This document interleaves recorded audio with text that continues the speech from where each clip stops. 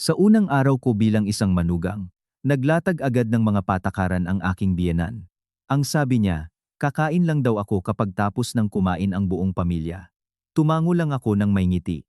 Pero kinabukasan, hindi ako naghanda ng hapunan, at ang binitawan kong salita ay nag-iwan sa kanya sa matinding pagkabigla. Alamin kung paano ginamit ng isang matalino at modernong manugang ang mismong mga patakaran ng kanyang biyenan para ipatikim dito ang isang leksyon na hinding-hindi niya malilimutan.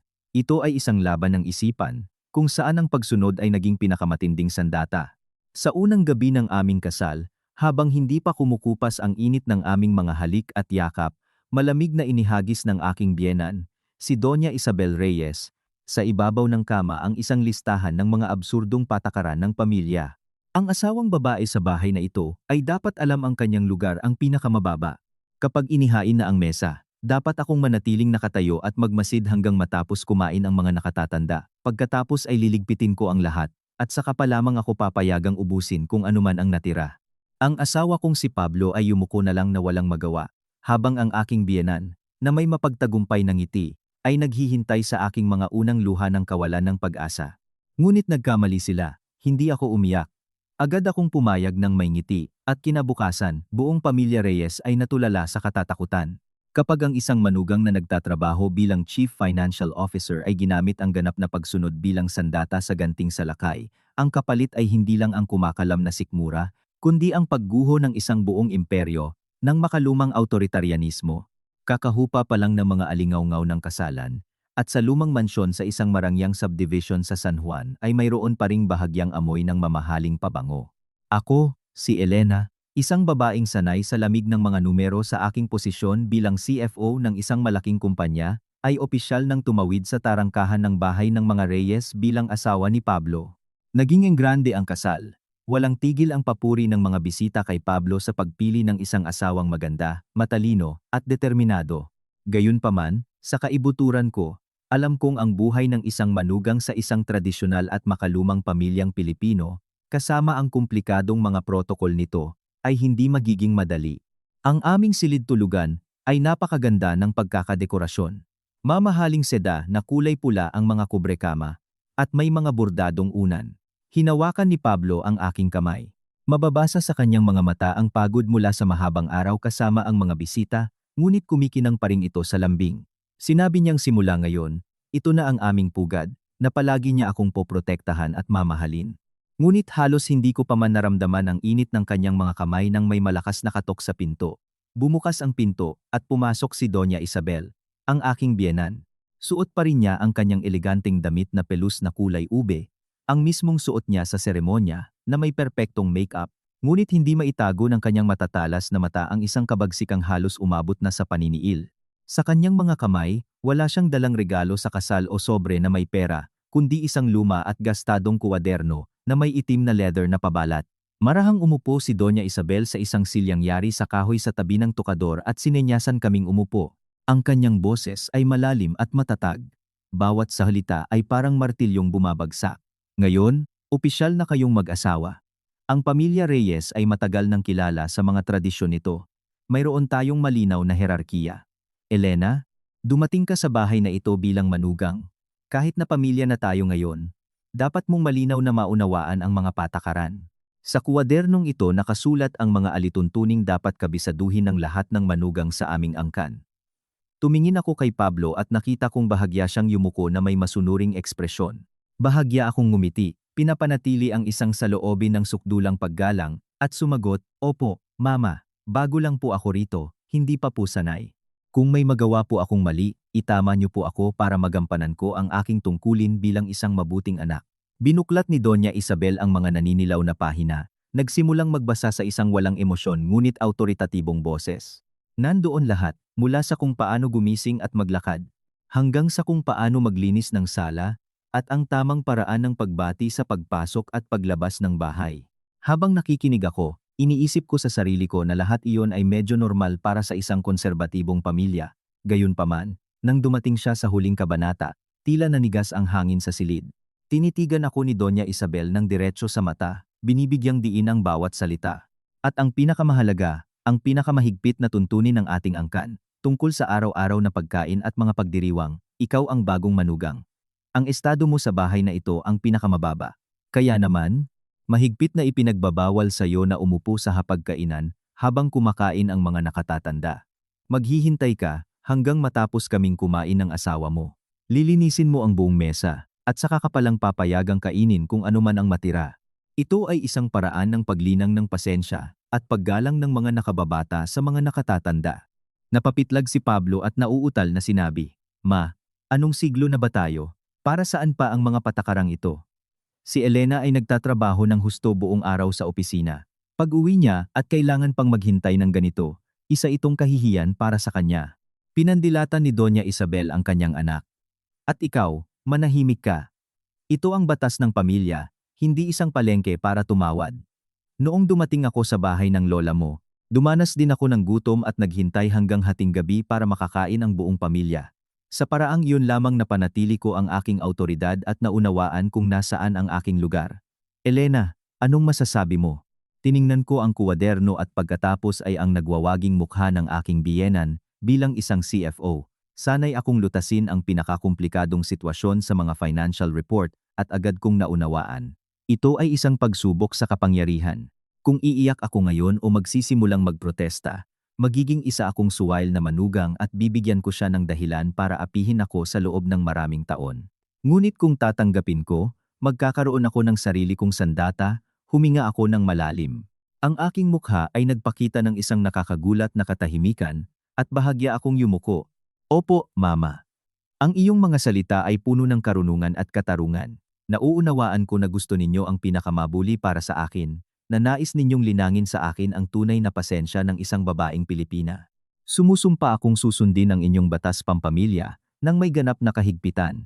Simula bukas, gagawin ko ang lahat ng eksakto tulad ng sinabi ninyo. Tila medyo naguluhan si Doña Isabel sa aking mabilis na pagsuko. Tumikhim siya, isinara ang kuwaderno at tumayo. Mabuti, natutuwa akong naiintindihan mo. Sige, magpahinga na kayo. Bukas, ang almusal ay alas 6 ng umaga. Tandaan mo yan. Pagkasara pa lang ng pinto, agad akong hinawakan ni Pablo sa balikat. Puno ng pagsisisi ang kanyang boses.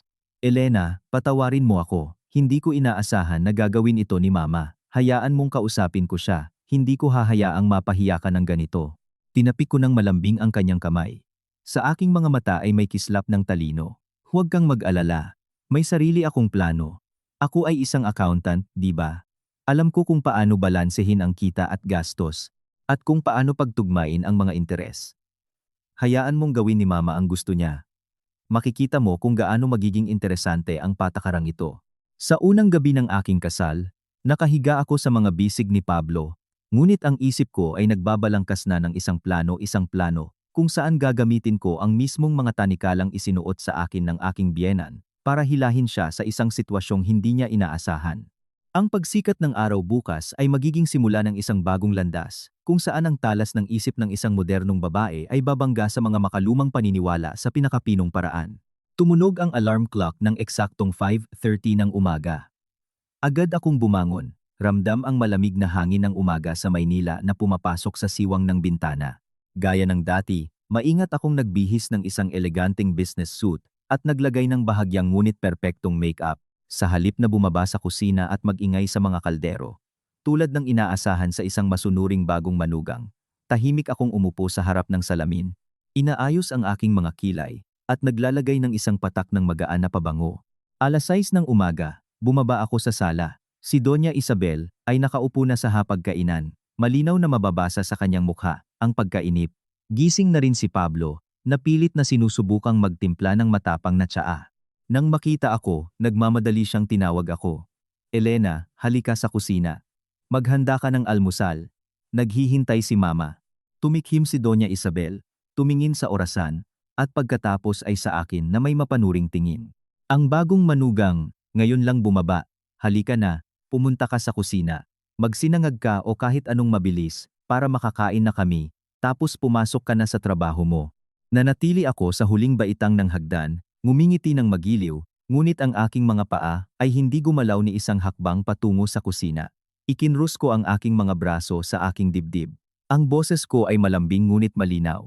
Opo, Mama. Naaalala ko pong mabuti ang inyong mga tagubilin kagabi. Sinabi ninyo na dahil sa aking mababang estado, Hindi ko dapat galawin ang hapagkainan o ang pagkain hanggat hindi pa tapos ang mga nakatatanda. Pinag-isipan ko pong mabuti. Kung pupunta ako sa kusina para maghanda, maghain sa mesa, baka aksidente kong mahawakan ang pagkain ninyo o ni Pablo bago kayo kumain. At iyon ay isang napakalaking kawalan ng respeto. Hindi ko po magagawang suwayin ang utos ninyo. Natigilan si Doña Isabel. Ang tinidor sa kanyang kamay ay bahagyang nanginig. Pinaningkitan niya ang kanyang mga mata at nagtanong, kaya balak mong iwanan kami ng asawa mo na walang almusal? Agad akong sumagot ng may parehong matamis na boses. Hindi po, sa anumang paraan. Ginagampanan ko lang po ang aking tungkulin. Dahil hindi ko po maaaring hawakan ang pagkain ng mga nakatatanda. Hindi po ako maaaring magluto para sa inyo at kay Pablo. Maghihintay po ako na kumain kayo sa isang coffee shop o maghanda kayo ng sarili ninyo.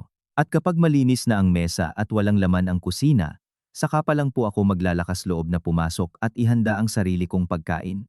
Napatanga si Pablo. Halos mabitawan niya ang tasa ng tsaa sa kanyang mga kamay. Salitan siyang tumingin sa akin at sa kanyang ina. Hindi alam kung ano ang sasabihin. Namula sa galit si Doña Isabel. Hinampas niya ang mesa nang may malakas na tunog. Nagpasya ka bang gamitin ito bilang dahilan para takasan ang mga gawaing bahay? Sinabi kong kumain ka pagkatapos, pero hindi ko sinabing hindi ka pwedeng magluto. Habang pinapanatili ang isang malamig na kahinahunan, ipinaliwanag ko ng walang pagmamadali. Mama, sa batas na binasa ninyo sa akin, sinasabing hindi ako dapat umupo sa mesa habang kumakain ang mga nakatatanda. At ang pagluluto ay nangangailangan ng pagtikim sa pagkain para matimplahan. Ibig sabihin, lalabagin ko po ang protocol. Kung magluluto ako, kailangan kong tikman ang alat, kailangan kong ilagay ang pagkain sa mga plato. Ibig sabihin, kakain ako bago kayo o kasabay ninyo. Ako ang bagong manugang. Dapat kong panatilihin ang mga tradisyon ng ating pamilya. Ayokong tingnan ako ng mga kamag-anak at sabihing hindi ko alam ang aking lugar, na naglakas loob na hawakan ang inyong pagkain bago kayo.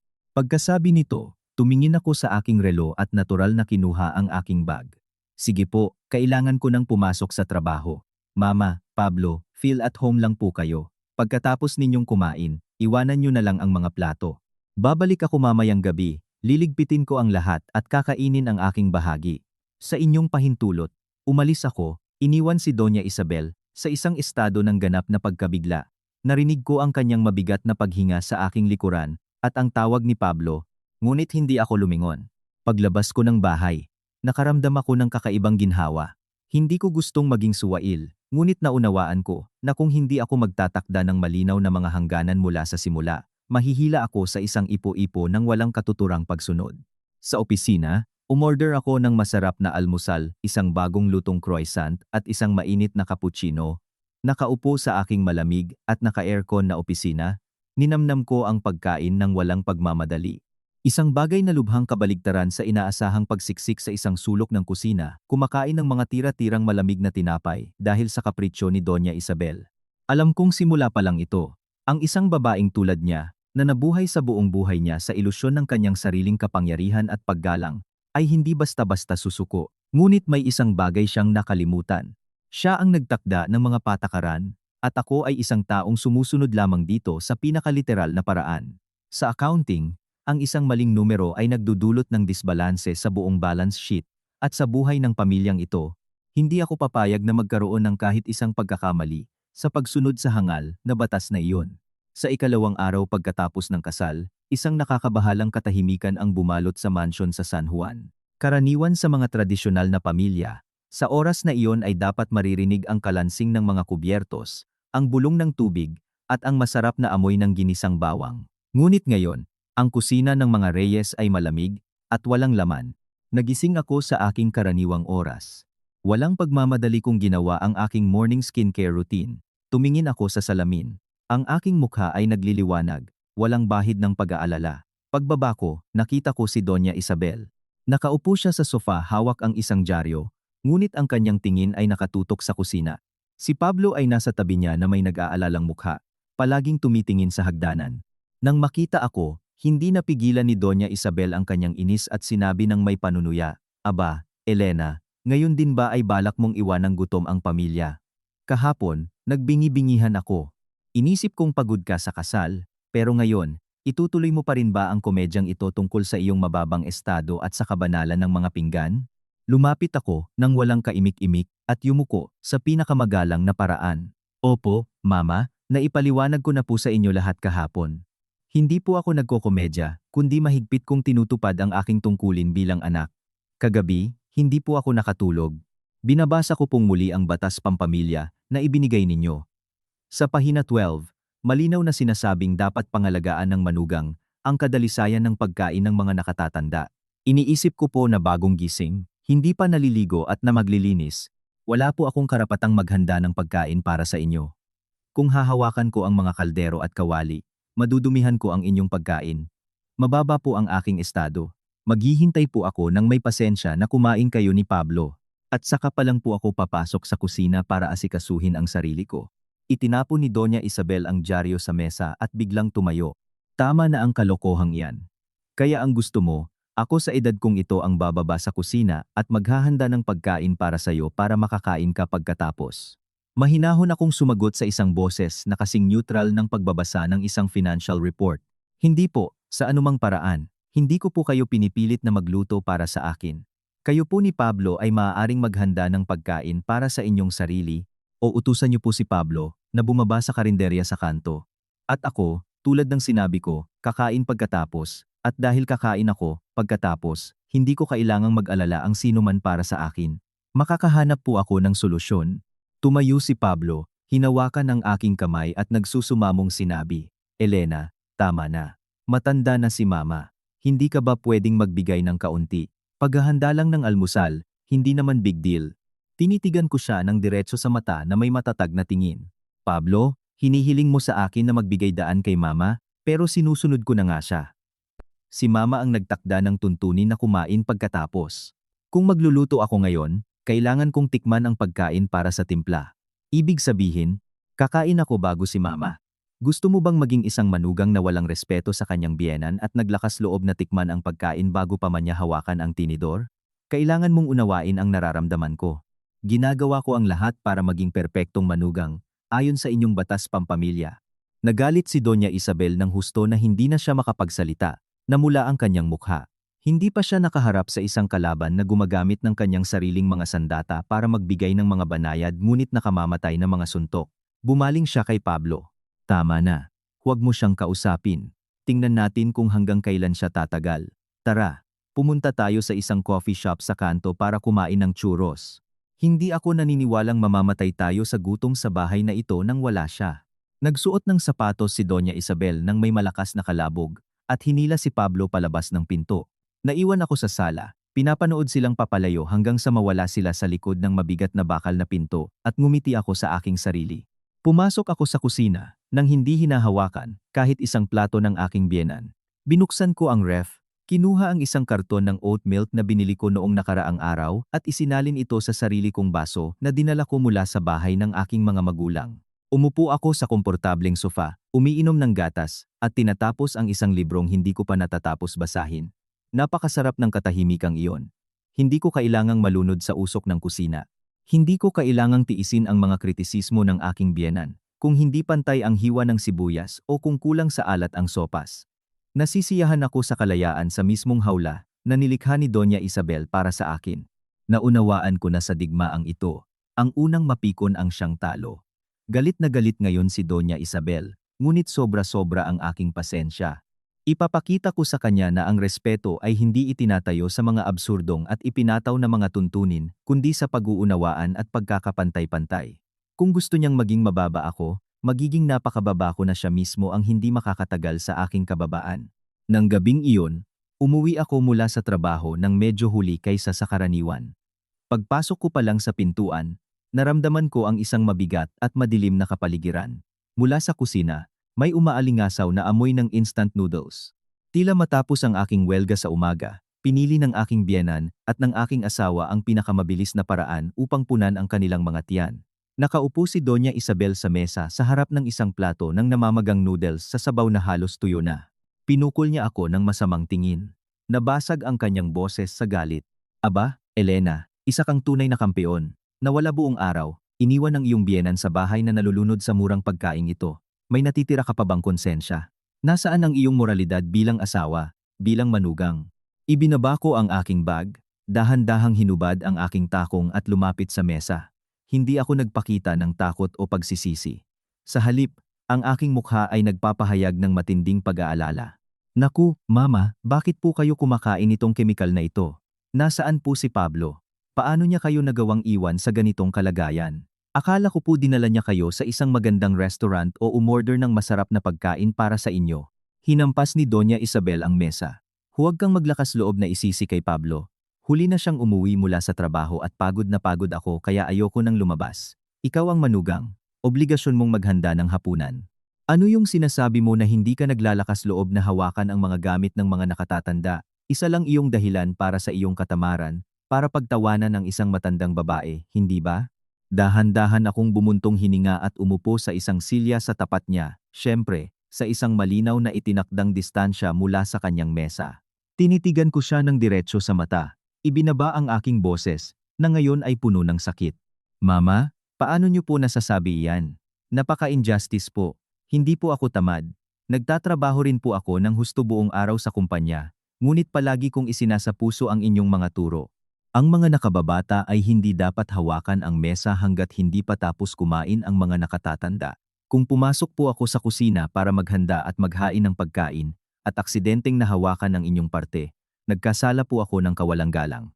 Sabi niyo po, dapat akong maghintay na kumain kayo, ligpitin ang lahat, at saka pa lang ako kakain. Sabihin niyo po sa akin, Mama, tapos na po ba kayo sa inyong hapunan? Kung kumain na po kayo at malinis na ang mesa, saka po ako maglalakas loob na pumunta sa kusina para ihanda ang sarili kong pagkain. Nabulunan si Doña Isabel sa kanyang sariling mga salita. Gusto pa sana niyang makipagtalo, ngunit napagtanto niyang nahuhulog siya sa lohikal na bitag ng kanyang sariling imbensyon. Nauutal, sinabi niya, sige, magluto ka na. Hindi ko ipinagbabawal sa iyong magluto para sa akin. Umiling ako na may di matitinag na ekspresyon. Hindi po pwede, Mama. Sa lahat ng bagay, dapat may kaayusan. Kung magluluto po ako para sa inyo, kailangan kong hawakan ang mga pagkain, tikman, ihanda. Ibig sabihin, makikibahagi po ako sa piging ng mga nakatatanda ng walang karapatan ayon sa inyong mga tuntunin. Kung gagawin ko iyon, at pagkatapos ay sasabihin ninyo na ako ay isang bastos na manugang na hindi gumagalang sa protocol at naglakas loob na pumantay sa inyo sa kusina, saan po ako magtatago sa kahihiyan? Mas gugustuhin ko pong magutom. Mas gugustuhin kong tawagin ninyong tamad kaysa magkaroon ng reputasyon bilang isang bastos at ignorante na hindi gumagalang sa sinaunang batas ng pamilya Reyes. Ang aking mga salita ay bumagsak kay Doña Isabel na parang isang balding malamig na tubig. Natigilan siya ng ilang segundo na nakabuka ang bibig, ngunit hindi siya makapagsalita. Ang kanyang mga argumento, tungkol sa tungkulin ng manugang, ay binaluktot ko sa paraang naging hadlang ito para siya mismo ay makatanggap ng aking mga serbisyo. Sa sandaling iyon, pumasok si Pablo. Naramdaman ng tensyon, nagmamadali siyang namagitan. Mama, Elena, tama na. Itigil niyo na ang pagtatalo. Lalabas ako para bumili ng take-out na pagkain para sa lahat. Ngumiti ako sa aking asawa. Bumili ka lang para sa iyo at kay Mama. Nakapag-order na ako ng sarili kong pagkain online. Malapit nang dumating. Kakain ako sa isang sulok ng kusina pagkatapos ninyong kumain ni Mama. Mahigpit na ayon sa batas. Hindi ko magagawang guluhin ang marangyang piging ng mga nakatatanda. Pagkasabi nito, tumayo ako at umakyat sa aking silid. Iniwan si Doña Isabel na nakaupo roon kasama ang kanyang malamig na noodles at isang lumalaking pakiramdam ng mapait na pagkatalo. Alam kong hindi siya makakatulog ng gabing iyon. Nagsisimula na siyang mapagtanto na ang kapangyarihang labis niyang ipinagmamalaki ay nagiging mga tanikala na nagkukulong sa kanyang sariling kaginhawaan. At ako, ang kanyang masunuring manugang, ang may hawak ng susi. Ngunit mariin akong tumatangging buksan ang kandado dahil masyado akong abala sa pagtupad sa kanyang sariling batas. Sa umaga ng ikatlong araw, hindi bumuti ang sitwasyon sa bahay para kay Doña Isabel. Marahil, pagkatapos ng isang gabing pag-iisip, nagpasya siyang kung magpapakita siya ng katatagan, ako ay susuko. Gumising siya ng napakaaga, sinasadyang mag-ingay sa kusina sa pag-asang magigising ako, inaasahang dahil sa kaba o takot ay bababa ako para humingi ng tawad. Ngunit ako ay kalmado, na parang bato. Bumangon ako ng alas 6. Nag-make up ako na mas maganda pa kaysa dati. Pagbaba ko sa sala, nakita ko si Doña Isabel sa hapagkainan na may isang plato ng malamig at tuyong empanada na binili sa isang kiosk. Si Pablo ay nakaupo sa tabi niya na may simangot, tinutusok ang isang empanada gamit ang tinidor. Nang makita ako, itinaas ni Doña Isabel ang kanyang baba. Ayan na siya, naging hotel na ang bahay na ito. Walang disenteng pagkain, walang hapunan. Masaya ka na ba ngayon, ha? Lumapit ako na may takot na mukha.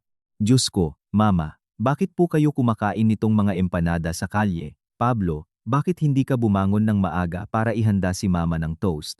Matanda na si Mama. Baka sumakit ang tiyan niya sa pagkaing ito. Bumuntong hininga si Pablo. Hindi kasi ako marunong magluto ng kahit ano, Elena, at hindi ka nagluluto, at ayaw ni Mama pumasok sa kusina. Pinutol ko siya. Ang aking boses ay puno ng pagsisisi, ngunit matalas na parang kutsilyo. Mama, patawarin niyo po ako. Gusto ko po sanang magluto para sa inyo, pero takot po ako. Natatakot po ako sa inyong batas. Sinabi niyo po na ako ang may pinakamababang estado na dapat akong kumain ng huli. Pinag-isipan ko pong mabuti. Kung magluluto ako ng isang kalderong sopas, kayo po ang unang kakain at ako ang huli. Kung gayon, mas kaunti na ang sabaw at hindi na gaanong sariwa ang karne.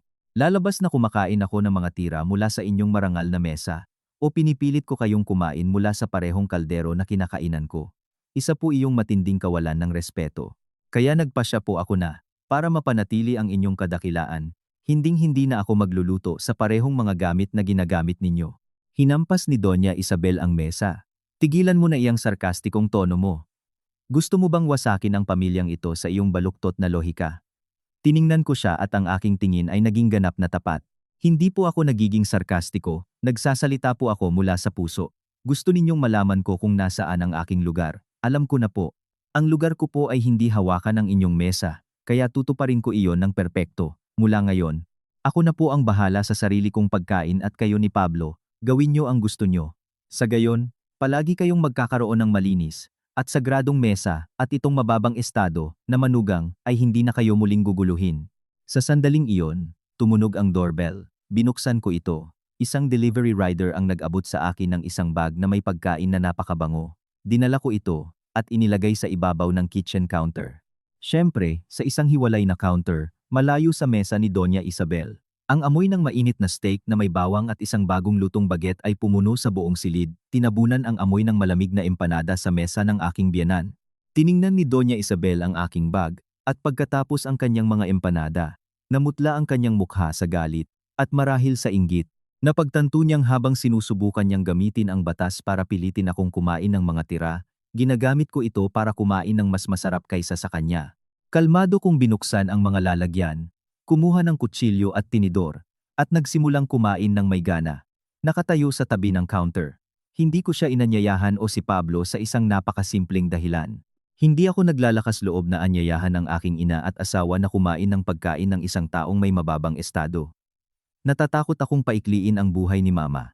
Tumingin sa akin si Pablo. Mababasa sa kanyang mga mata ang isang malinaw na kawalan ng pag-asa, ngunit kasabay nito, isang tiyak na paggalang. At si Doña Isabel ay nakaupo, at ang subo ng empanada sa kanyang bibig ay biglang naging mapait.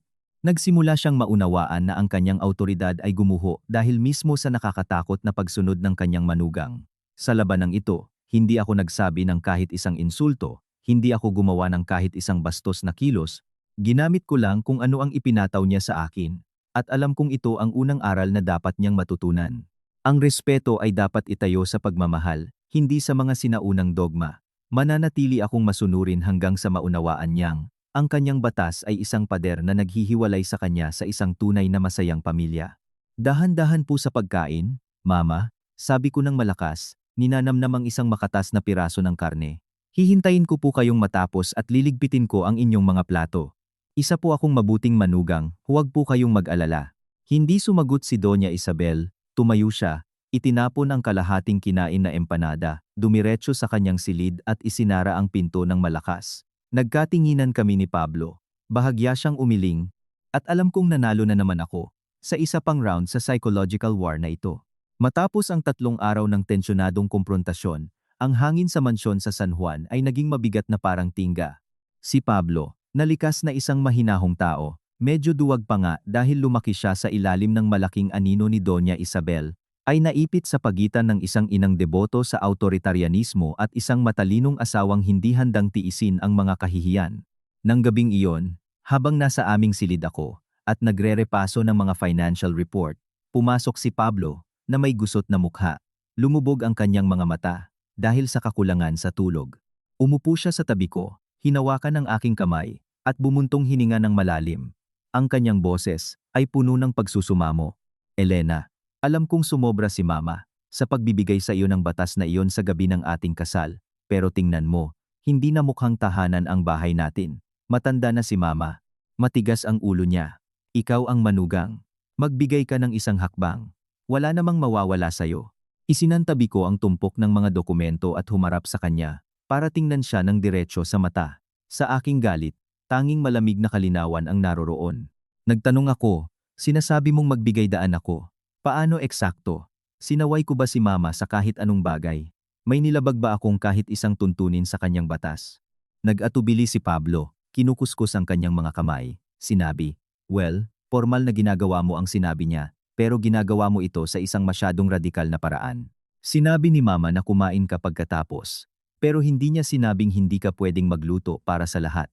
Pwede ka namang magluto gaya ng dati, at pagkatapos ay hintayin mong kumain si Mama bago ka kumain. Sa ganoong paraan, mapapanatili ang kapayapaan at matutupad mo ang iyong tungkulin bilang manugang. Ngumiti ako ng mapait, isang ngiti na sumasalamin sa pagkadismaya sa lalaking pinili kong asawa.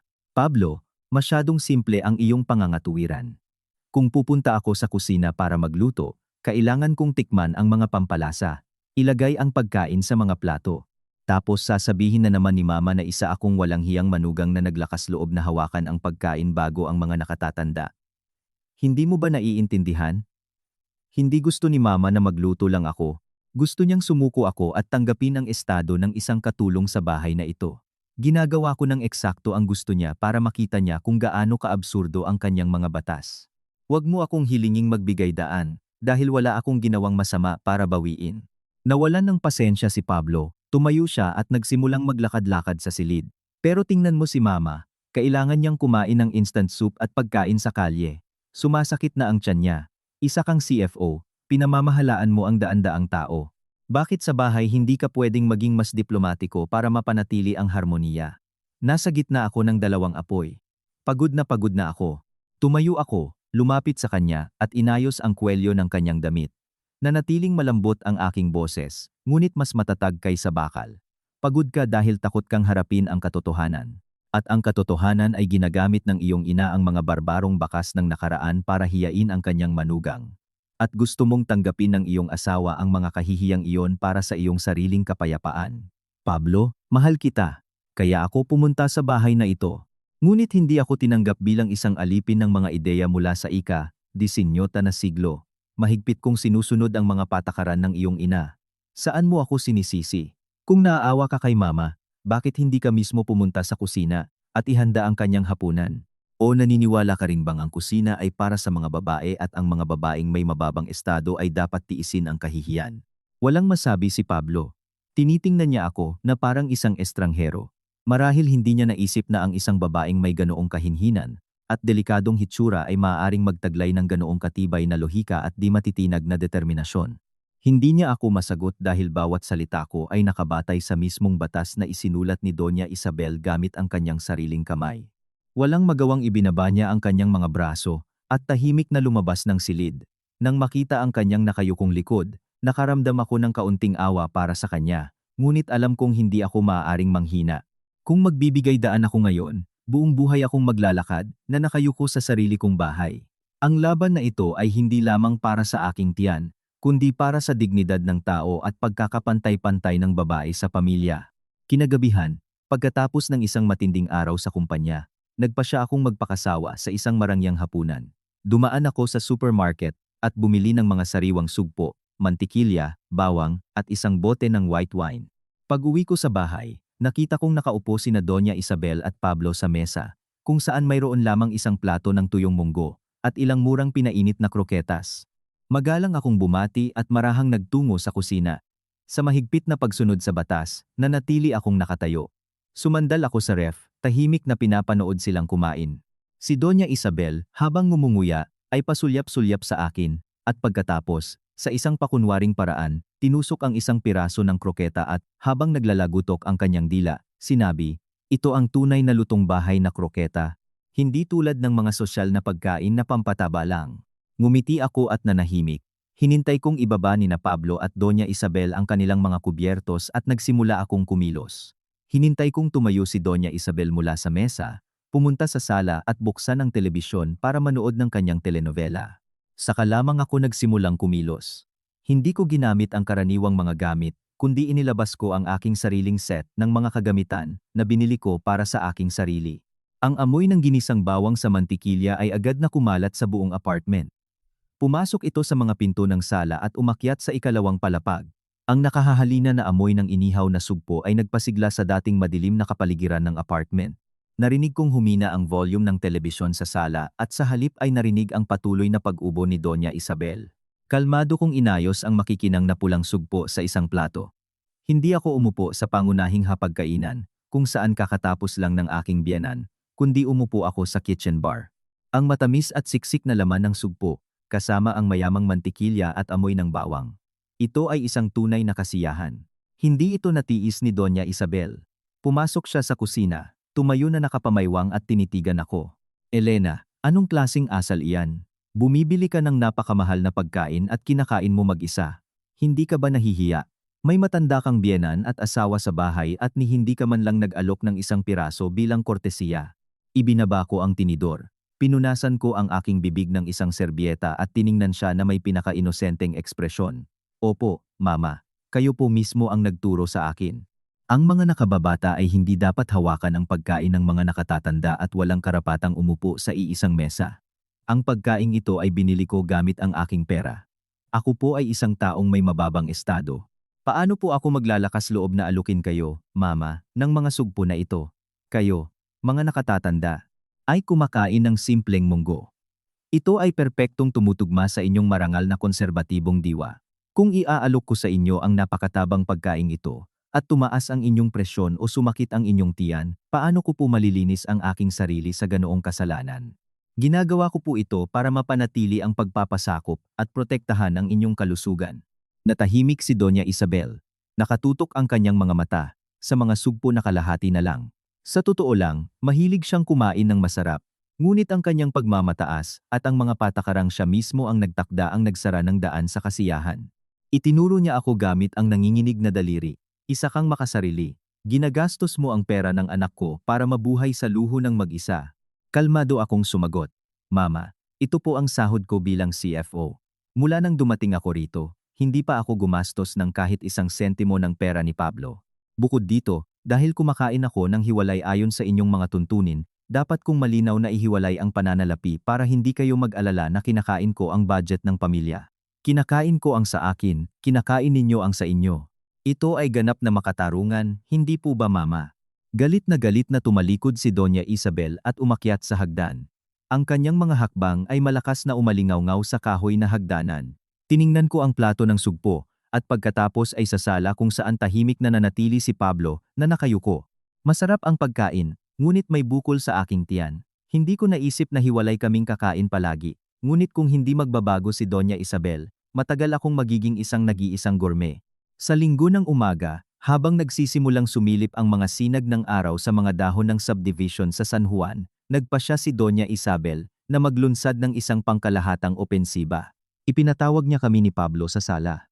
Hawak pa rin niya ang lumang kuwaderno na may batas. Ang kanyang mukha ngayon ay puno ng galit.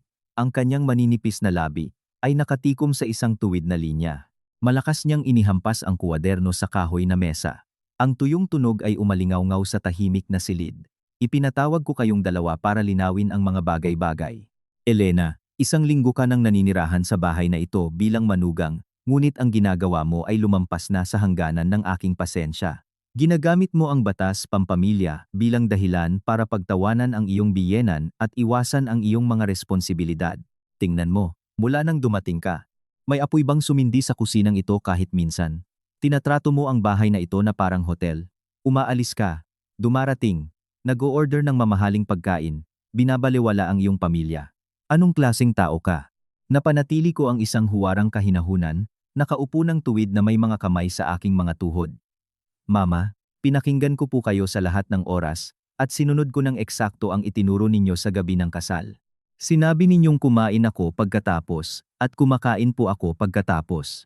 Sinabi ninyong huwag hawakan ang mesa hanggat hindi pa tapos kumain ang mga nakatatanda, at hindi po ako naglakas loob na saktan ang inyong damdamin.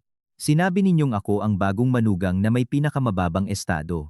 At ni minsan ay hindi po ako naglakas loob na umupo sa tabi ninyo na parang kapantay. Hindi ko po maintindihan kung ano ang nagawa kong mali para magalit kayo ng ganito. Sumigaw si Doña Isabel, huwag mo akong paikutan sa iyong matatamis na salita.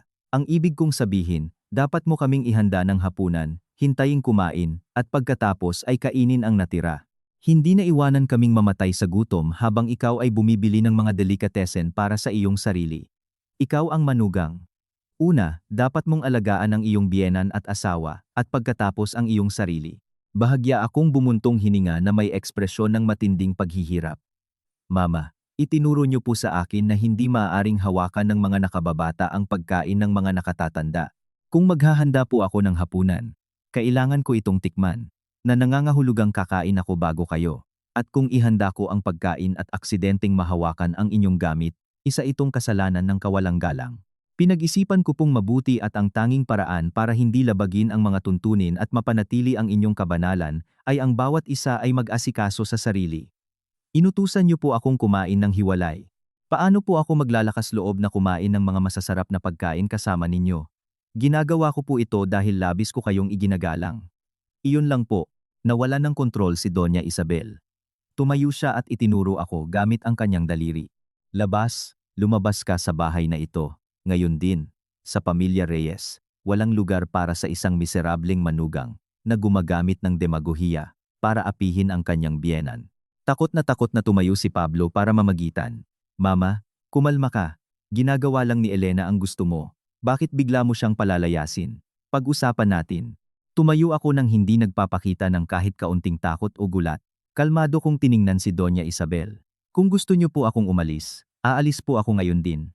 Ngunit bago ako umalis, gusto ko pong magtanong ng isang bagay. Ipinatupad niyo po ba ang batas na ito para magtayo ng isang masayang pamilya o para lumikha ng isang bilangguan para sa inyong manugang? Kung ang kailangan niyo po ay isang libreng katulong na titiisin ang kahihiyan nang walang reklamo, nagkamali po kayo ng piniling tao. At kung ang gusto niyo po ay isang manugang na gumagalang sa mga nakatatanda ngunit may sariling dignidad, dapat niyo pong pag-isipang muli ang inyong batas. Sa inyong pahintulot, mag-iimpake na po ako. Tumalikod ako at umalis. Nakaramdam ako ng malaking gaan. Alam kong wala akong ginawang masama. Ang kawalan ng paninindigan ni Pablo at ang diktadura ni Doña Isabel ay ginawang isang nakakasakal na lugar ang bahay na iyon. Kung kailangan kong umalis para mapanatili ang aking dignidad, handa ako. Ngunit sigurado akong hindi ako basta-basta hahayaan ni Doña Isabel na umalis dahil mayroon siyang isa pang problemang pinansyal na hindi pa niya nakikita ang laki. Habang inilalagay ko ang aking mga gamit sa maleta, tumakbo si Pablo sa silid, niyakap ako mula sa likuran at nagsusumamong sinabi, Elena, huwag kang umalis. Sinabi lang iyon ni Mama sa bugso ng damdamin. Nakikiusap ako sa iyo. Manatili ka. Kakausapin ko siya. Tinanggal ko ang kanyang mga kamay at humarap sa kanya. Pablo, hindi ito tungkol sa pag-alis o pananatili. Ito ay tungkol sa pagkakapantay-pantay. Kitang-kita mo na tinatrato ako ni Mama na parang isang estrangherong kailangang paamuin. Hindi ako mabubuhay ng ganito. Sige, okay. Para sa iyo, mananatili ako ng isa pang beses, ngunit simula ngayon, magiging iba na ang lahat. Bumaba ako at nakita kong nakaupo si Doña Isabel, wasak na wasak sa sala. Wala akong dalang maleta, kundi isang maliit na piraso ng papel sa aking kamay. Umupo ako sa tapat niya. Ang aking boses ay parang sa isang profesional na CFO. Mama, pagkatapos kong pag-isipan, napagtanto ko na ang pagsasama-sama, kung saan bawat isa ay may sariling mga ideya, ay masyadong magastos at nakakapagod. Dahil kumakain ako ng hiwalay, at ipinagbabawal sa akin na gamitin ang karaniwang kusina para pagsilbihan kayo, simula ngayong buwan, humihingi po ako ng pahintulot na baguhin ang sistema ng kontribusyon sa pananalapi sa pamilya. Tiningnan ako ni Doña Isabel na may hinala. Anong binabalak mo? Ipinaliwanag ko ng walang ngiti. Dati, sinabi ni Pablo, na bawat buwan ay bibigyan namin kayo ng 30,000 piso para sa mga gastusin sa bahay. Gayunpaman, dahil hindi ako kumakain ng pagkain sa bahay o gumagamit ng mga karaniwang produkto kasama ninyo, itinuturing kong hindi makatwiran ang halagang iyon. Kinalkula ko na po lahat ng maingat. Simula ngayon, babayaran ko lang po ang aking bahagi sa kuryente, tubig, at internet ayon sa mga metro. Iyon po ay eksaktong 5,000 piso kada buwan. Ang natitirang pera ay itatabi ko po para sa aking mga pagkain sa labas. Si Pablo ang magbabayad ng kanyang bahagi, kayo po ang sa inyo. Ito ay makatarungan at ganap na tumutugma sa diwa ng hiwalay na pagkain na kayo mismo ang nagtatag. Nang marinig ito, nagbago ang mukha ni Doña Isabel. Maliit lang ang kanyang pensyon, at lahat ng gastusin sa bahay hanggang ngayon ay sinasagot ng sahod ni Pablo at ngayon ng aking mga kontribusyon. Ang pagkawala ng ganoong kalaking halaga bawat buwan ay tumama sa kanya sa pinakamasakit na bahagi. Nauutal niyang sinabi, "Napakakuripot mo naman, para lang sa mga bayarin, at paano naman ang aking trabaho sa pamamahala sa bahay na ito?" Ngumiti ako, "Mama, pinamamahalaan niyo po ang bahay para sa inyo at para kay Pablo. Hindi po ako maglalakas loob na abalahin kayo. Ang pagkain ko po, ako ang bumibili. Ang mga plato ko, ako ang naghuhugas gamit ang sarili kong sabon. Ang silid ko, ako ang naglilinis. Itinuturing ko po na ang 5,000 piso ay sapat na para sa aking ginagamit. Tinuruan niyo po akong alamin ang aking lugar, kaya dapat kong protektahan ang aking pitaka para mapangalagaan ang kinabukasan namin ni Pablo." Galit na tiningnan ni Doña Isabel si Pablo. Umaasang may sasabihin ang kanyang anak, ngunit yumuko lang si Pablo. Naunawaan niyang kung pipilitin niya akong magbayad ng higit, aalis ako kaagad. Ang galit ni Doña Isabel ay napalitan ng pagkabalisa sa pananalapi. Napagtanto niyang ang kanyang awtoridad ay hindi kayang punan ang isang pitakang nababawasan. May sama ng loob na kinuha niya ang 5,000 piso na inilagay ko sa mesa nang walang imik. Alam kong nagbigay ako ng isang malakas na suntok sa kanyang pinakamahinang punto, ang kasakiman at pagkalkula. Ang isang buhay ng pagkakapantay-pantay ay nangangailangan hindi lamang ng lohika, kundi pati na rin ng kalayaan sa pananalapi. At ako, ang CFO, ay hinding-hindi papayag na magkaroon ng negatibong balanse sa mundo ng mga numero. Matapos ang 3 araw ng pagkain ng instant soup at pagkain sa kalye para pasukuin ang kanyang manugang, si Doña Isabel, na mayroon ng gastritis, ay nagsimulang magkaroon ng mga problema sa kalusugan. Lumala ang kanyang talamak na sakit, at buong hapon siyang nakahawak sa kanyang tiyan na may mga grimace ng sakit. Si Pablo ay nagtatrabaho mula umaga hanggang gabi at walang nag-aalaga sa kanya, maliban sa akin. Noong Miyerkules, umuwi ako ng mas maaga mula sa trabaho. Pagpasok ko pa lang sa bahay, nakita ko si Doña Isabel na nag-iisa sa kusina. Sinusubukan niyang magbalat ng patatas, ngunit nanginginig ang kanyang mga kamay at maputla ang kanyang mukha. Nang makita ako, nawala ang kanyang karaniwang mapagmataas na aura. Pinasadahan lang niya ako ng tingin at muling yumuko sa kaldero. Pumasok ako sa kusina ng walang pagmamadali. Kumuha ako ng isang basong tubig at, nakasandal sa hamba ng pinto, pinanood ko siya. Nagsimula akong magsalita. Ang aking boses ay may isang napakakalkuladong pag-aalala. "Naku mama, bakit po kayo lumabas sa kusina? Kung mas malala po ang inyong gastritis, bakit hindi po kayo magpahinga?" Malalim na bumuntong hininga si Doña Isabel. Mahina ang kanyang boses. "At kung hindi ako magluluto, ano ang kakainin natin? Huli na darating si Pablo ngayon, hindi siya magugutom. Tungkol sa iyo, hindi na ako magsasalita. Hindi ko magagawang abalahin ka." Lumapit ako at tiningnan ang mga patatas na binabalatan niya. "Mama, mali po ang pagbabalat ninyo. Kailangan pong tanggalin ng mas malalim ang mga mata, kung hindi, mas lalo pong sasakit ang tiyan ninyo. Hayaan niyo pong ipakita ko sa inyo kung paano." Pagkasabi nito, tumayo ako sa tabi niya. Tinuturo ang mga patatas gamit ang aking daliri, ngunit mariing tumatangging hawakan ang mga ito para tumulong. Mahigpit kong pinanghahawakan ang aking salita. Ang mga nakababata ay hindi hinahawakan ang pagkain ng mga nakatatanda. Pinuri ko siya. "Mama, napakasipag niyo po. Sa edad ninyo, naghahanda ng hapunan para sa inyong anak gamit ang sarili ninyong mga kamay. Napakaswerte po ni Pablo. Tinitingnan ko po kayo na may malaking paghanga. Kung papasok po ako sa kusina, sisirain ko lang po lahat sa aking kawalang ingat. At kung masira ko ang inyong hapunan, isa po iyong napakalaking kasalanan." Tumingala si Doña Isabel. Mababasa sa kanyang mga mata ang isang matinding pagod at isang bagay na parang isang nakatagong pagsusumamo sa ilalim ng isang balat ng pagmamataas. Sinabi niya sa nanginginig na boses, "Elena, baka pwede mo akong tulungan maghanda ng hapunan ngayon. Pagod na ako, hindi na ako makatayo." Ngumiti ako ng may lambing, ngunit may ganap na katatagan. "Mama, gusto ko po sanang tulungan kayo. Talagang gusto ko po. pero takot na takot po ako. Naaalala niyo po ba ang batas pampamilya? Kung hahawakan ko po ngayon ang inyong mga kaldero, bukas ay gagaling kayo at sasabihin na naman ninyong sinira ko ang pagpapasakop, na sinamantala ko ang inyong kahinaan para agawin ang kusina. Mas gugustuhin ko pong hayaan kayong maghirap ng kaunti ngayon, kaysa magalit kayo sa aking bastos na pag-uugali. Tiyaga lang po, Mama, malapit na po kayong matapos. Pagkasabi nito, dahan-dahan akong umakyat para maligo, iniwan si Doña Isabel na nag-iisa sa gitna ng malamig na kusina. Alam kong malupit ako, ngunit kailangan ang kalupitang iyon para maunawaan ni Doña Isabel ang halaga ng suporta. Dati, itinuturing niyang obligado ang manugang na magluto, na isang malaking pabor sa kanyang bahagi na payagan ang manugang na pagsilbihan siya. Ngayon, dapat niyang maunawaan na, sa pagkakait sa isang tao ng pagkakapantay-pantay, ipinagkakait niya sa kanyang sarili ang karapatang tumanggap ng tulong. Nang gabing iyon, umuwi si Pablo at natagpuan ang kanyang ina na nakahiga sa sofa na walang lakas at isang gulo sa kusina. Tumakbo siya sa aking silid para hanapin ako na may mga paninisi. Elena, bakit nakita mong masama ang pakiramdam ni Mama at hindi mo siya tinulungan? Lumalagpas ka na sa lahat ng hangganan. Kalmado kong tiningnan ang aking asawa.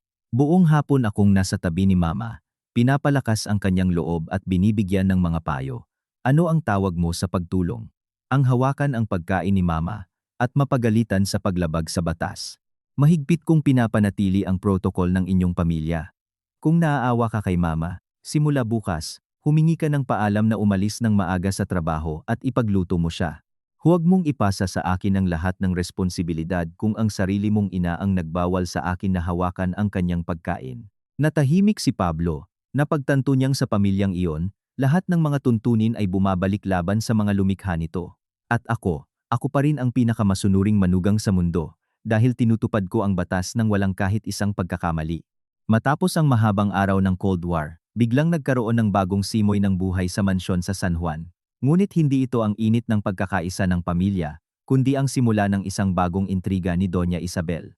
Noong Sabado ng umaga, habang tahimik akong umiinom ng tsaa sa tabi ng bintana, pumasok si Doña Isabel sa sala na may nakakagulat na solemne na hakbang. Nakasuot siya ng isang damit na seda na kulay krema, at sa kanyang mga labi ay may isang ngiti na sigurado akong nagtatago ng isang intensyon. Umupo siya sa isang antigong silya, nagtap sa mesa gamit ang kanyang mga daliri at inihayag ng may pagmamalaki. Elena, matagal ka nang naninirahan sa bahay na ito. Malapit na. Sa 15 ng buwang ito ay ang anibersaryo ng pagkamatay ng lolo ni Pablo. Ito ang pinakamahalagang araw ng pag-alaala sa buong taon, para sa buong angkan ng mga Reyes. Bawat taon, ako lang ang nag-aayos ng lahat, ngunit ngayong taon, nariyan ka na, ang bagong manugang, at gusto kong ikaw ang mag-asikaso sa paghahanda ng pagkain para sa pag-alaala para makita ng mga kamag-anak kung gaano kasipag ang ating manugang. Ibinaba ko ang tasa, kinakalkula ang lahat sa aking isip. Ngayon ay 8, kaya isang linggo na lang ang natitira. Ngumiti ako ng magalang. Opo, Mama, napakahalaga po ng isang anibersaryo. Bilang manugang, syempre, mayroon po akong responsibilidad. Ngunit nakalimutan po ni Mama na tinutupad ko ang ating batas pampamilya. Mababa po ang aking estado, kung ako po ang mag-aasikaso, sa paghahanda ng handaan, kung hahawakan ko po ang ritual na pagkain, at ang mga gamit ng mga nakatatandang kamag-anak. Natatakot po akong pintasan ako ng mga tiyo at tiya dahil sa aking kawalan ng kaalaman sa pagpapasakop. Kayo po ang nakatatandang manugang ng angkan. Napakalaki po ng inyong autoridad. Paano po ako maglalakas loob na humadlang sa inyong daan? Gumawa ng isang kilos ng pagwawalang bahala si Doña Isabel. Sa kanyang mga mata ay kumislap ang pagkalkula. Huwag kang mag-alala tungkol diyan. Espesyal na okasyon ang anibersaryo. Binibigyan kita ng buong karapatang mamuno sa kusina. Ipakita mo ang iyong mga talento sa pagluluto para maipagmalaki ka namin ng asawa mo. Isa kang CFO, magaling ka sa mga numero. Sigurado akong hindi magiging problema sa iyo ang ilang mesa ng pagkain. Ito rin ay isang pagkakataon para itama mo ang iyong pagkakasala sa lahat ng mga kamakailang problema. Naiintindihan mo, di ba? Naintindihan ko siya ng husto. Gusto ni Doña Isabel na gamitin ang opinyon ng mga kamag-anak para isukol ako at piliting maglingkod. Kung gagawin ko lahat ng maayos, siya ang tatanggap ng papuri, sasabihing mahusay niyang pinalaki ang kanyang manugang. Kung magluluto ako ng hindi maganda o tatanggi ako, magkakaroon siya ng dahilan para ipahiya ako sa harap ng buong angkan bilang isang tamad at suwail na babae. Marahan akong tumango. Opo, dahil ipinagkakatiwala niyo po sa akin, tatanggapin ko po. Maghahanda po ako ng isang araw ng pag-alaala na maaalala ng ating pamilya sa mahabang panahon. Mama, magpahinga po kayo. Maghanda po kayo para tanggapin ang mga bisita nang may lahat ng parangal. Si Pablo, na nasa tabi, ay natuwa sa aking pagtanggap. Akala niya, isa itong senyales ng pagkakasundo, ang katapusan ng paghahati sa mesa. Nagmamadali siyang idinagdag, salamat sa Diyos at pumayag ka. Nabunutan ako ng tinik sa dibdib. Kung kailangan mong bumili ng kahit ano, sabihin mo lang, tutulungan kita. Tiningnan ko ang aking asawa, na may mas misteryosong ngiti. Huwag kang mag-alala.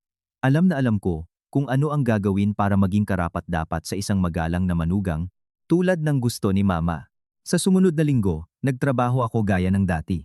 Maaga akong umaalis, huli na bumabalik. Nakikita ni Doña Isabel na wala akong ginagawa, hindi ako nag-o-order ng mga produkto, hindi ako bumibili ng karne para sa litson, hindi ako nag-o-order ng mga pagkain. Nagsimula siyang mataranta. Bawat gabi pagbalik ko, hinihintay niya ako sa tabi ng hagdan at nagtatanong, Elena, kumusta ang paghahanda para sa anibersaryo? Gusto mo bang ipaalala ko sa iyo ang mga address ng magagandang tindahan ng karne? Lagi akong sumasagot ng kalmado, huwag po kayong mag-alala, Mama. Planado ko na po ang lahat, isa po akong accountant. Lahat ay dapat sumunod sa isang mahigpit na schedule. Sa araw po ng anibersaryo, makikita ninyong walang nakalimutan. Sa totoo lang, wala akong in-order na kahit isang putahe.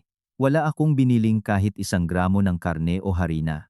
Ang tanging dinala ko sa bahay noong hapon ng ika-4 na pur ay isang basket ng maningning na dilaw na chrysanthemums at 2 malalaking kandilang wax. Inilagay ko ang mga ito ng solemne sa harap ng larawan ng lolo. Pumasok si Doña Isabel sa kusina. Nakita ang walang laman na ref, ang napakalinis na kalan, walang bakas ng amoy ng pampalasa o paghahanda, at nagpanik. Tumakbo siya sa aking silid.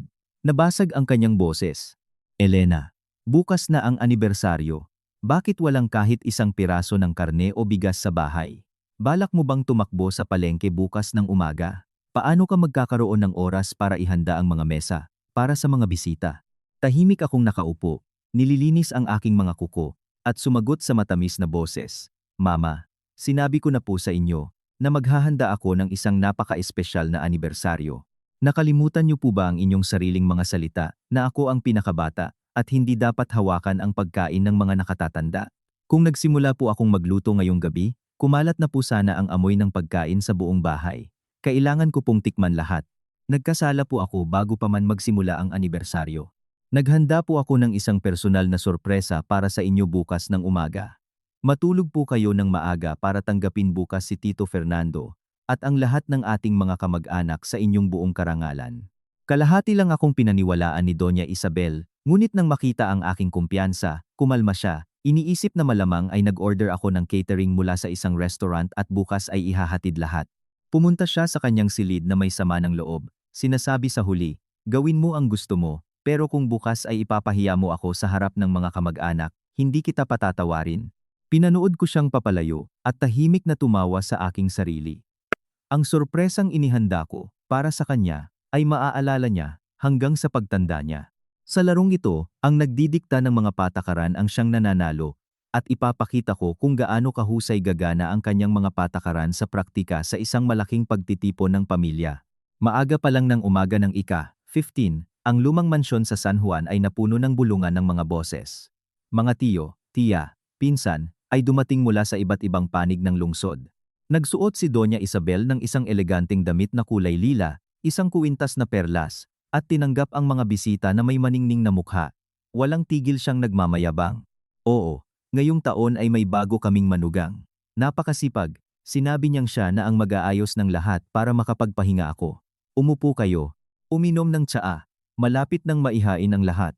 Ang mga tiyahin sa panig ng mga reyes, nakilala sa pagiging kritikal, ay tumango bilang pagsang-ayon. Napakaswerte mo, Isabel, isang nakatatandang manugang na marunong magturo sa nakababata, isa iyang biyaya para sa pamilya. Pagsapit ng 8:00 ng umaga, komportable nang nakaupo ang mga bisita sa sala, masayang nag-uusap tungkol sa iba't ibang bagay. Ngunit ang kakaiba ay mula sa kusina, wala man lang marinig na tunog ng mga kutsilyo, o amoy ng ginisang bawang, o isang masustansyang sabaw. Si Pablo ay paikot-ikot, hindi mapakali, salit-salitang tumitingin sa kusina at sa kanyang asawa. Ako naman, nakasuot ng isang mahigpit na business suit at maayos na nakatali ang buhok, ay paikot-ikot na may dalang bandehado, elegante na nagsisilbi ng tsaa sa mga bisita. Sa lahat ng mga tanong, magalang akong sumasagot. Opo, sige po. Habang ngumingiti ng aking pinakakaakit-akit ng ngiti. Pagsapit ng 9:00, tumingin sa kanyang relo si Tito Fernando, ang pinakamatanda sa angkan, at nagtanong kay Doña Isabel. Isabel, malapit na ang oras ng pagkain para sa pag-alaala. Bakit hindi ko nakikitang inihahanda ang mesa? Nasaan ang iyong manugang? May, sabihin mo sa kanya na ilabas na ang mga pagkain ng paunti-unti. Pinagpawisan ng malamig si Doña Isabel. Tumakbo siya sa kusina at nakita niyang tahimik pa rin akong naghuhugas ng mga tasa ng tsaa. Galit siyang bumulong. Elena, nasaan ang pagkain? Bakit malamig ang kalan? Pinaglalaruan mo ba ako? Tumingala ako sa kanya. Ang aking mga mata ay napaka-inosente. Mama, hinihintay ko po kayo. Naghanda po ako ng tsaa at inumin para sa mga bisita. At tungkol po sa ritual na pagkain at tanghalian para sa mga nakatatanda, binalaan ko na po kayo. Mababa po ang aking estado. Wala po akong karapatang hawakan ang pagkain ng mga nakatatanda hanggang sa sila ay kumain. Ngayon po ay dumating ang mga pinakagalang-galang na tao sa ating angkan. Mas lalo po akong dapat gumalang sa protokol at hindi maglakas loob na saktan ang inyong damdamin ni Katiting. Nanlaki ang mga mata ni Doña Isabel. Anong sinasabi mo? Kaya wala kang inihandang kahit ano. Maligaya akong ngumiti. Mama, huwag po kayong mag-alala. Naghanda po ako ng isang kahangahangang pagpapakita ng tunay na pagmamahal ng isang anak na maipapakita ng isang biyenan sa kanyang mga ninuno. Tumingin po kayo sa sala. May gagawin po akong anunsyo. Nang hindi siya binibigyan ng pagkakataong mag-react, lumabas ako sa gitna ng sala, kung saan nakaupo ang lahat ng mga matatanda ng angkan. Tumikhim ako, nakuha ang atensyon ng lahat, at sa isang malakas, malinaw, at napakagalang na boses, sinabi ko, "Kagalang-galang na Tito Fernando, mahal na mga tiyo, tiya, pinsan, at kapatid. Ngayon po ay isang dakilang araw sa pag-alaala kay Lolo. Kami po ng aking asawa, ang mga bagong miyembro ng pamilya. Sa teorya, kami po dapat ang nag-asikaso ng lahat ng paghahanda.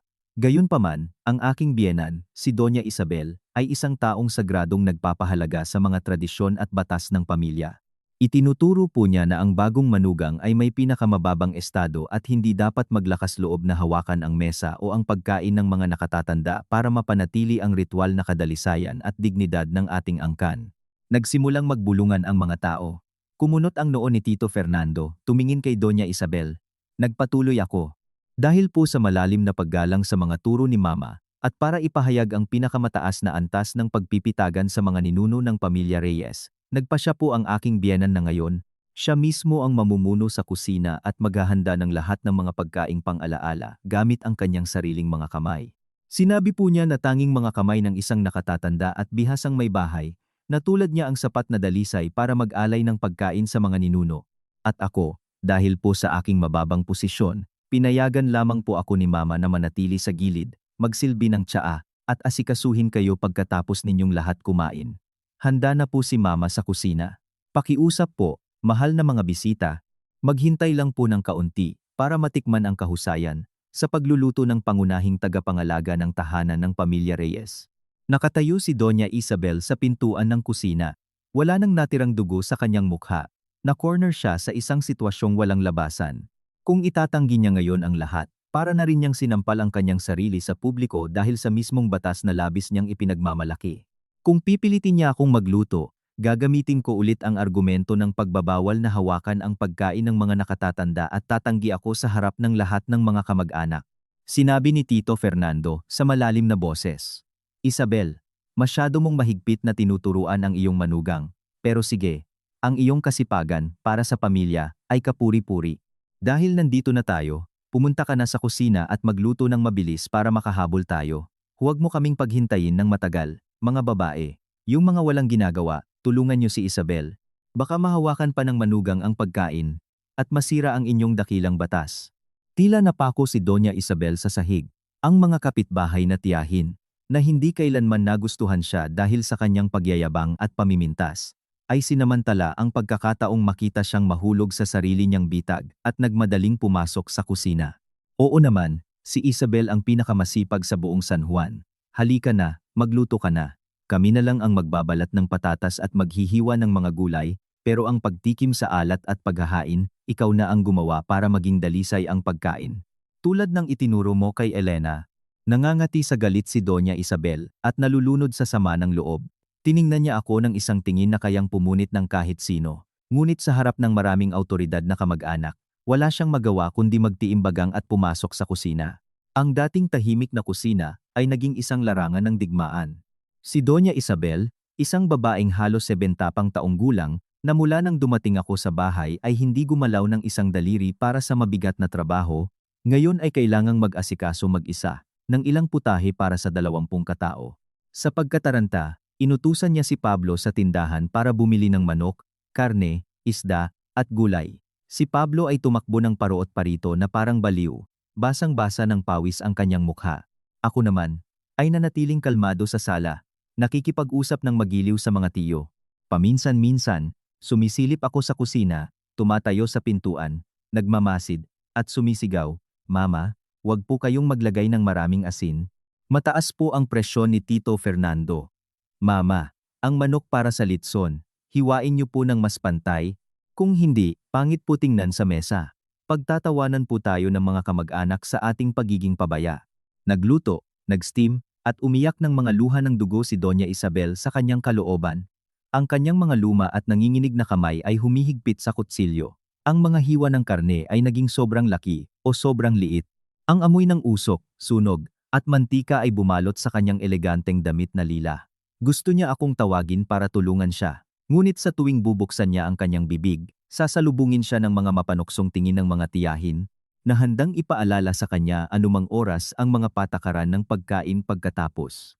Sa wakas, handa na ang pagkain para sa pag-alaala, ngunit 2 oras na huli.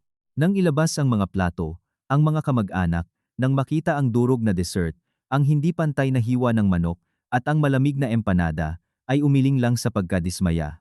Sinabi ni Tito Fernando sa mahinang boses, ngunit sapat na malakas para marinig ni Doña Isabel. Matanda na si Isabel, wala na siyang parehong lakas. Para saan pa ang magpakahirap at mag-imbento ng mga kakaibang patakaran? Kung hinayaan na lang niyang maghanda si Elena, mas mabilis at mas masarap sana.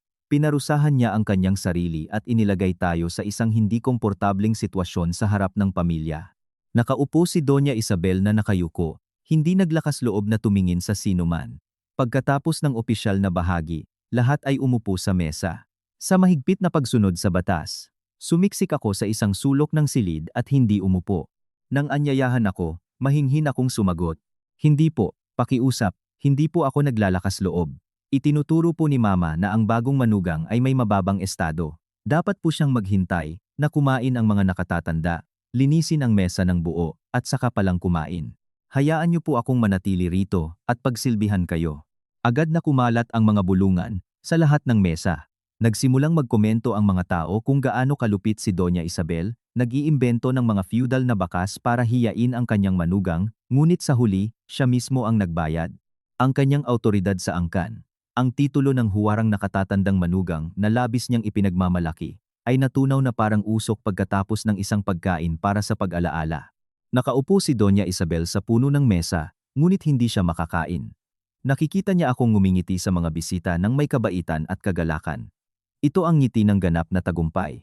Naunawaan niyang simula sa araw na iyon, ang batas pampamilya na iyon ay opisyal nang naging hatol ng kamatayan para sa kanyang despotikong kapangyarihan sa bahay na iyon. Nang matapos ang anibersaryo, umalis na ang mga bisita. Isang pagod na si Doña Isabel ang bumagsak sa sofa. Muling naghari ang katahimikan sa apartment, ngunit ito ang katahimikan na nauuna sa malalaking pagbabago.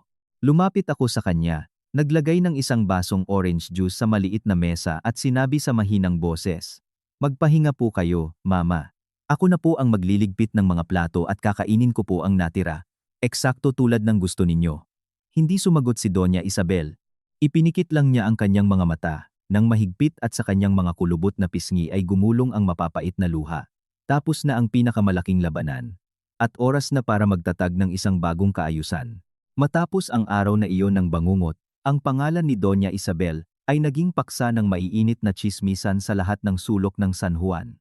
Ang mga babae sa kapitbahayan, na laging gumagalang sa mga tradisyon ngunit kasabay nito ay mahilig sa tsismis, ay mabilis na ikinalat ang kwento ng batas ng pagkain pagkatapos ng mga nakatatanda sa pamilya Reyes. Saan man pumunta si Doña Isabel, sa panaderya man sa kanto o sa kanyang pinagkakatiwalaang tindahan, nararamdaman niya ang mga mapanuksong tingin. Ginugol niya ang buong buhay niya sa pag-aalaga ng kanyang imahe. Kalahati ng kanyang buhay ang inilaan niya sa paglikha ng imahe ng isang eleganteng ginang mula sa isang marangal na pamilya na sumusunod sa mga magagandang asal. Ngunit sa isang araw lang ng pag-alaala, gumuho ang imaheng iyon. Hindi siya pinuri ng mga tao sa paghahanda ng isang handaan sa kanyang edad na 70.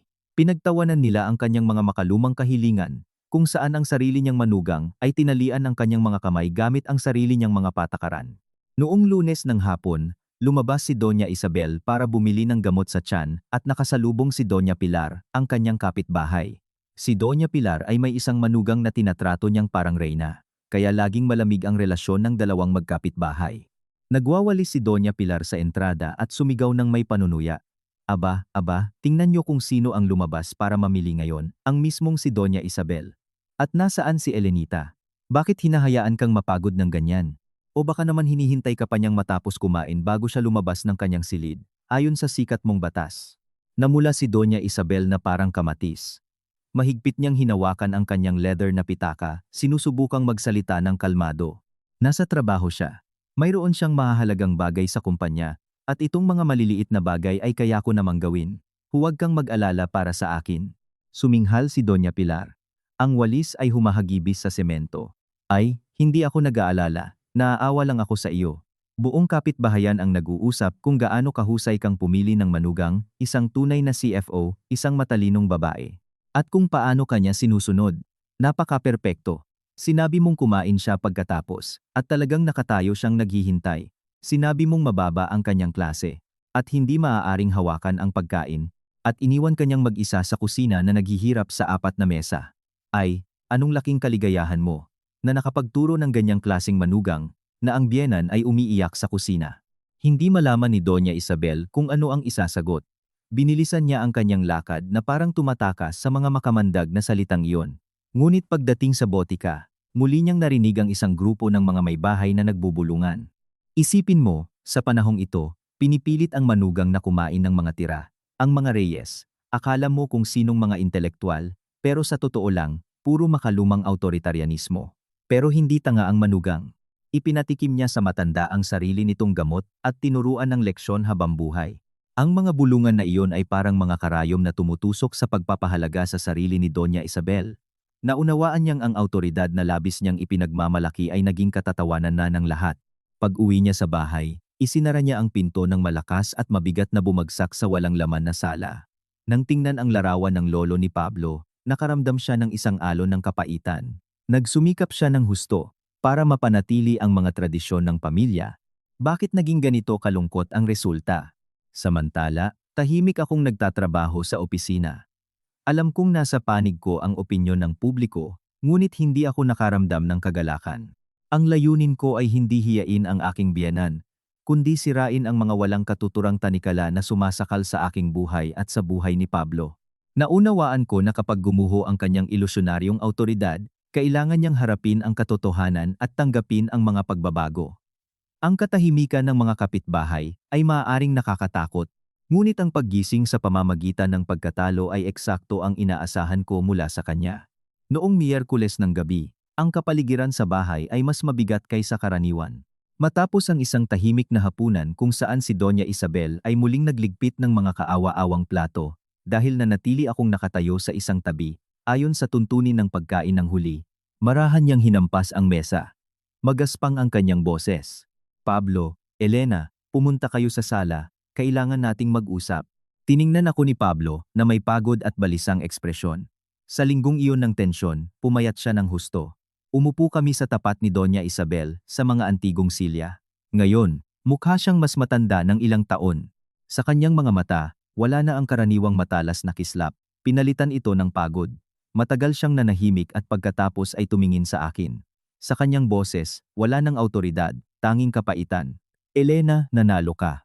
Ginamit mo ang sarili kong batas para ipakita ako bilang isang malupit na tirano para gawin akong katatawanan ng buong pamilya at ng buong San Juan. Hindi ko inaasahan na ang isang bagong dating na manugang ay may ganoong katalas na isip at bakal na katatagan. Napanatili ko ang kahinahunan na may mga kamay na marahang magkakrus sa aking mga tuhod. Mama, ang intensyon ko po ay hindi manalo o matalo laban sa inyo. Mula sa simula, sinabi ko, isa lang po akong taong sumusunod sa inyong mga patakaran sa pinakamahigpit na paraan. Kung nakikita ninyo na ang resulta ng mga patakarang iyon ay ang panunuya ng iba, hindi po iyon kasalanan ko, kundi ng mga patakaran mismo. Hindi na po sila angkop sa modernong buhay, at wala ng pagmamahal sa pagitan ng mga tao sa kanila. Pagkatapos ay nagsalita si Pablo. Nanginginig ang kanyang boses. Mama, nakikiusap ako, tapusin na natin ito.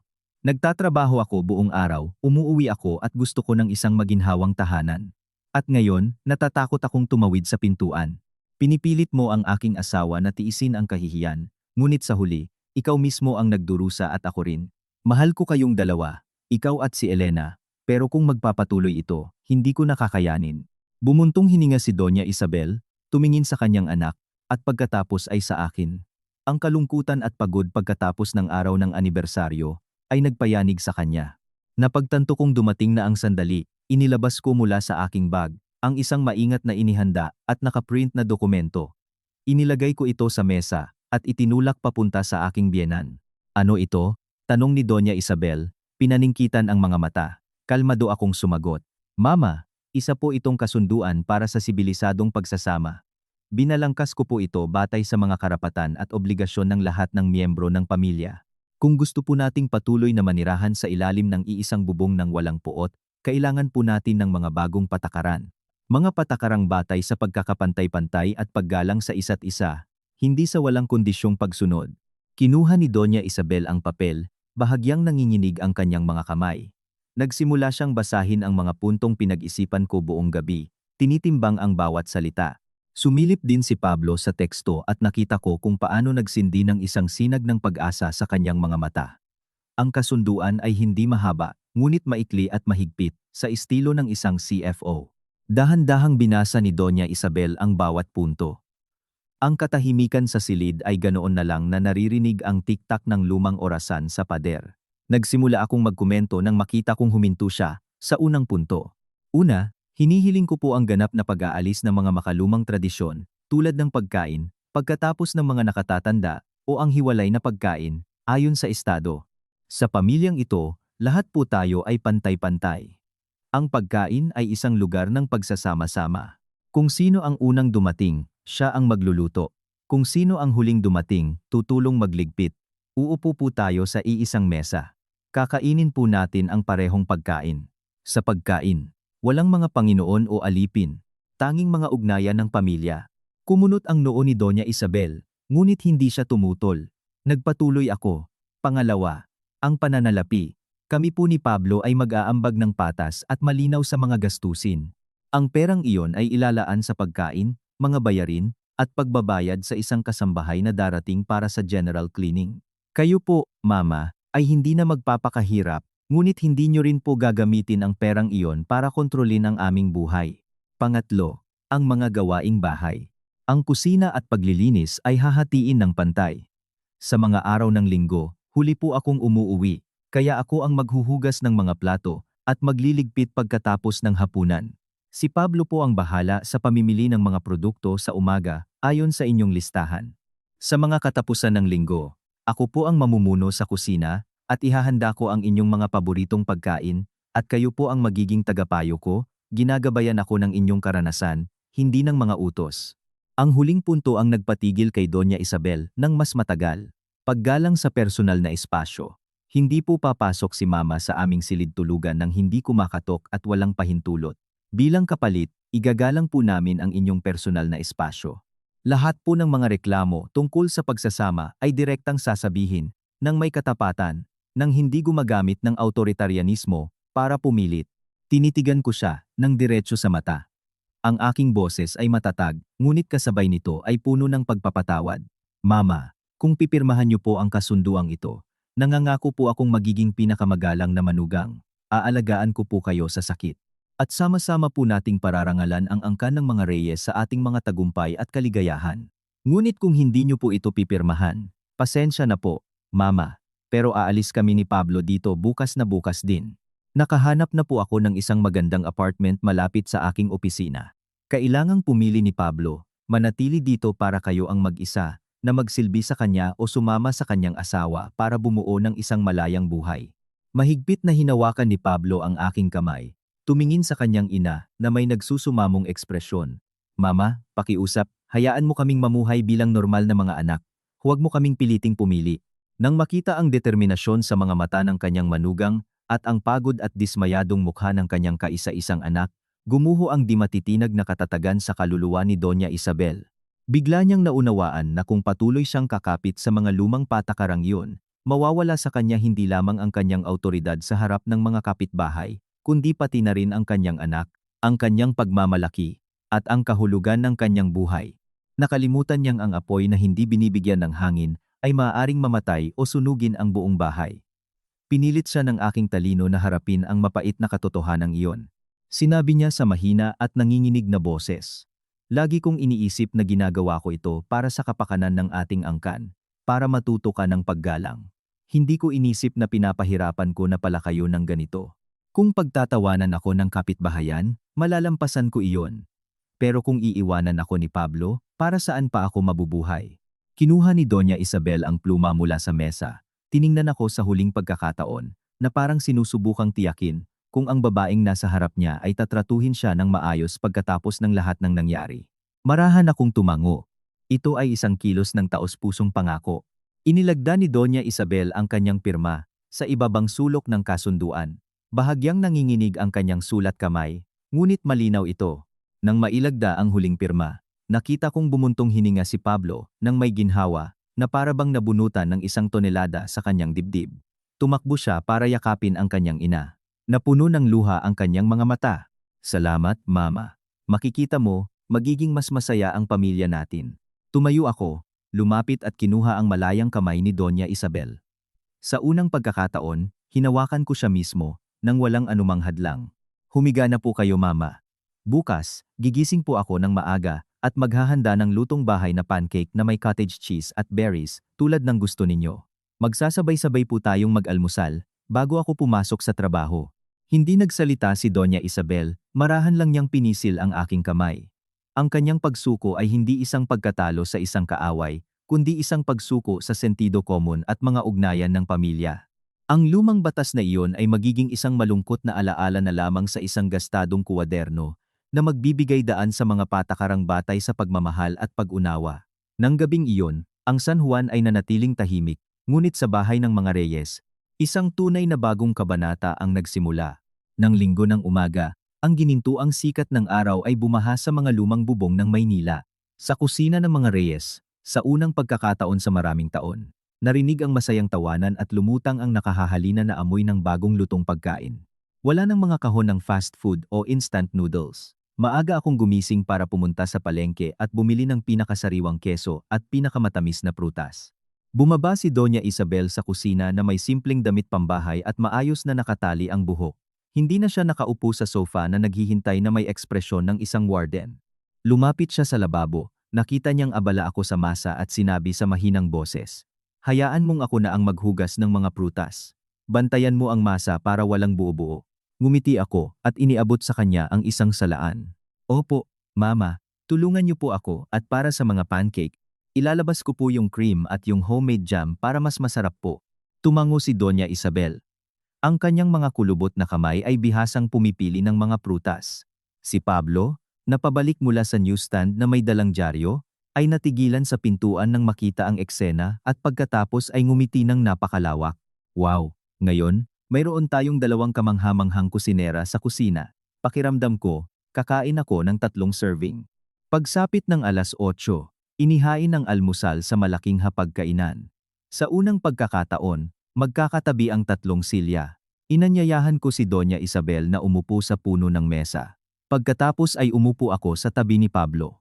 Walang nakatayo, walang naghihintay, at walang kumakain ng tira. Kumuha si Doña Isabel ng isang pancake. Nilagyan ito ng maraming cream at kinagat. Bahagya siyang tumango. "Masarap. Hindi naman pala masama magluto ang batang ito, kahit na sana ay binawasan mo ng kaunti ang asukal sa keso. Tumawa ako. Sige po, bukas, tatandaan ko po iyan. Kumain pa po kayo mama, palakas po kayo. Ang almusal ay nagpatuloy sa isang mainit at nakaka-relax na kapaligiran. Nag-usap kami tungkol sa mga bagay-bagay sa kumpanya ni Pablo, sa mga plano para sa pagkukumpuni ng bahay sa probinsya, at sa susunod na katapusan ng linggo, ay aanyayahan namin si Tito Fernando para uminom ng tsaa, para mapabuti ang impresyon sa aming pamilya. Paminsan-minsan, inilalagay ni Doña Isabel ang pinakamagandang pancake sa aking plato at pagkatapos ay sa plato ni Pablo. Ang kanyang mukha ay nag-relax. Ang mga kulubot ay tila hindi na gaanong malalim. Pagkatapos kumain, tumayo ako para ligpitin ang mga plato, ngunit pinigilan ako ni Doña Isabel. Hayaan mo na, ako na ang magliligpit niyan. Kayo ni Pablo, mamasyal kayo sa park. Matagal na kayong walang oras para sa inyong dalawa, di ba?